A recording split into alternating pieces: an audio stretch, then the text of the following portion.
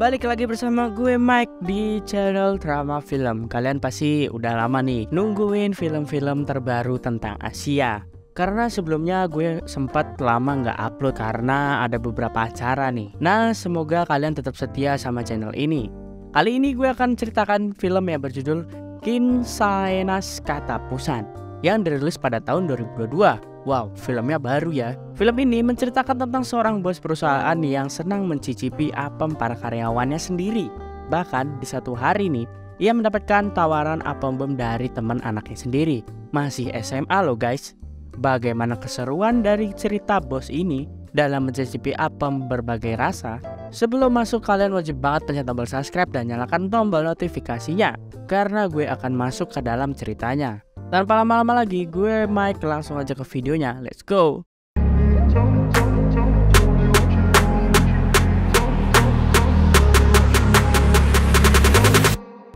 Film dibuka dengan suasana kelas anak-anak SMA yang kala itu kita melihat seorang gadis cantik yang bernama Anna yang sedang dijaili oleh kedua orang temannya. Mungkin mereka ini suka sama Anna dan mencoba menarik perhatiannya. Tapi hal itu justru membuat Anna menjadi bete nih. Beruntungnya seorang teman Anna yang bernama Beth membantunya dengan memukuli para laki-laki buaya tersebut. Sepulang sekolah, Anna menemui Beth di kamar mandi. Ia mengucapkan banyak terima kasih atas bantuannya saat ia menolongnya daripada laki-laki buaya tersebut. Karena itulah Anna mengundang Beth untuk mengikuti pesta ulang tahun ayahnya di rumah. Diketahui Beth adalah anak yang baru pindah di sekolah itu. Karena sikapnya yang baik, Anna ingin sekali berteman dengannya. Sementara itu, ayah Anna yang bernama Rado pada saat malam hari ingin melakukan adu mekanik dengan istrinya. Ia mendapatkan sebuah email yang berisi godaan dari seorang karyawan wanitanya. Sontak ia langsung menutup laptopnya rapat-rapat agar tidak ketahuan oleh sang istri. Ia bersikap biasa aja dan langsung mencicipi sajian apem lembut milik istrinya. Keesokan harinya, kita diperlihatkan aktivitas Redo di kantor. Redo memegang jabatan sebagai bos di sana. Kemudian, ia memanggil salah satu karyawan cantik ke ruangannya. Dia bernama Karen, yang merupakan selingkuhannya. Redo langsung memarahi Karen karena perbuatannya sangat lancang semalam, yang mana ia mengirim email kepada si Redo. Jika saja dilihat oleh istrinya, ia bisa menghancurkan keluarganya, dan situasi bisa menjadi kacau. Karen hanya bisa menangis pada saat itu. Ketika waktu sudah menunjukkan waktu malam dan seluruh karyawannya sudah pulang, Karen masih ada di sana. Ia pergi ke ruangan Redo yang sedang lembur. Karen berdandan cantik dan aduhai untuk memancing Redo bersama Joninya. Ia duduk di atas meja dan mengeluarkan gerakan mematikan yang membuat para laki manapun pasti meledak melihat kelakuannya. Tak hanya di malam itu, Redo memang sering lembur demi mengatur perusahaannya hingga tengah malam. Ia melaporkan pada istrinya kalau ia akan pulang terlambat malam ini. Tapi tiba-tiba ia mendengar suara sesuatu di ruangan para karyawan. Ia keluar mencari sumber suara itu dan ternyata itu adalah Karen. Redo tak ingin melihat Karen dan memintanya untuk segera pulang. Namun Karen justru langsung memeluk Redo dengan erat, yang membuat Redo langsung tergiur dan membanjakan dirinya. Ketika adu gesek antara bos dan karyawan itu sedang terjadi, istri Redo pun datang. Ia berniat untuk menemani suaminya lembur. Namun apakah Redo akan ketahuan bersama si Karen?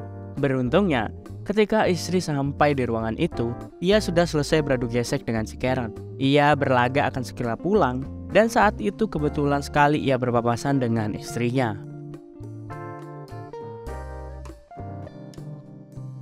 Hari ulang tahun Redo tiba, di mana sebagai bos perusahaan tentu ia akan mengundang para karyawan dan rekan-rekan bisnisnya. Anna datang menghampiri ayahnya serta memperkenalkan teman cantiknya yang bernama Beth padanya. Gadis cantik itu ternyata sangat barbar nih. Ia langsung menggodanya, bahkan belum 5 menit ia mengenal, ia sudah berani menunjukkan batang hidungnya. Tak henti di situ, keesokannya si Redo pun yang sedang bekerja mendapatkan pesan dari orang yang tidak dikenal. Dan nyatanya itu adalah pesan dari si Beth. Ia mengucapkan selamat ulang tahun. Mulanya sih biasa aja nih. Tapi lama-kelamaan pesan itu semakin berisi kebarbaran Beth pada si Redo. Mereka pun terus bertukar pesan dari hari ke hari, sampai Beth semakin barbar dan si Om semakin meladeninya. Beth juga tidak segan-segan untuk mengirim foto dirinya, yang tentu saja membuat panas dingin si Redo. Redo pun terus melihat foto itu, membuat ia menjadi kalang kabut nih. Ia terus kepikiran foto itu hingga di malam hari nih.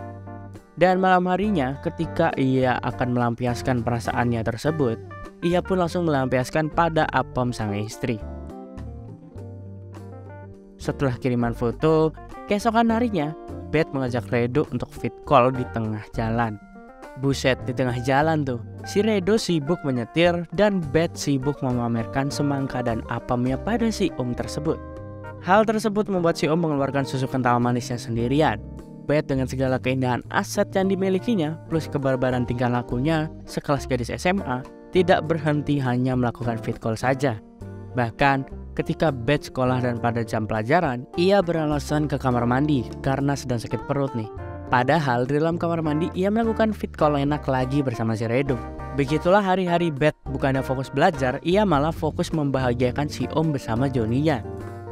Di balik kebarbaran Beth, ternyata gadis itu memiliki trauma yang sangat mendalam nih. Saat dia tertidur, ia sering banget nih mimpi buruk kejadian yang dialaminya dulu. Ia pernah digesek paksa oleh seseorang, yang mungkin karena kejadian buruk itu ia menjadi sangat barbar. Seperti sekarang nih yang kita lihat. Ia pun terbangun dari mimpi buruknya, dan ternyata seorang teman kosnya yang bernama Carla juga tahu tentang trauma yang dialami oleh Beth. Ia pun menghibur Beth dan menyentuh lembut gadis itu, hingga ternyata kita bisa mengetahui bahwa Beth juga suka berbagi apem bersama teman gadisnya. Buset. Suatu hari ketika melakukan rutinitas fit call cantik bersama si Redo, Beth sudah mulai jenuh nih. Si Beth yang barbar ini ingin sesuatu yang lebih barbar lagi dari rutinitas mereka tersebut. Ia ingin melakukan adu gesek secara langsung. Pada malam hari itu, Beth langsung mengirimkan papnya bersama Anna. Sekarang ia berada di rumahnya bersama si Anna dan menginap di rumah itu.